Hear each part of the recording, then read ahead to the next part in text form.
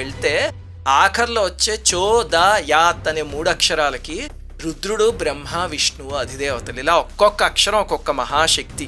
అందుకే చూడండి, గాయత్రి మంత్రం తీవ్రంగా చేసిన మహనీయుల్ని చూస్తే మీరు ఎంత పెద్ద వయస్సు వచ్చినా ఉత్సాహంగా అద్భుతమైన జ్ఞానశక్తితో చూడగానే పాదాక్రాంతం చేసుకునే ముఖవర్చస్సుతో ఉంటారు. ఇలా చెప్పుకుంటూ పోతే ఎన్ని విశేషాలు.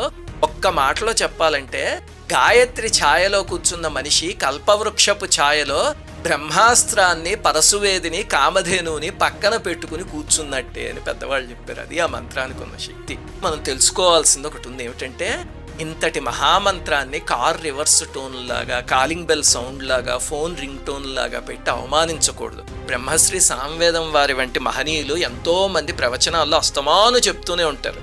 అయినా సరే మనం ఏదో పుణ్యం వచ్చేస్తుంది అనుకుని అలాంటి పాప పనులు చేస్తూ ఉంటాం. అది చెయ్యకండి. అలాగే పాటల కింద పాడకూడదు. స్వరంతో చదవాల్సిన మంత్రం అది. శ్రీమాత్రే నమః.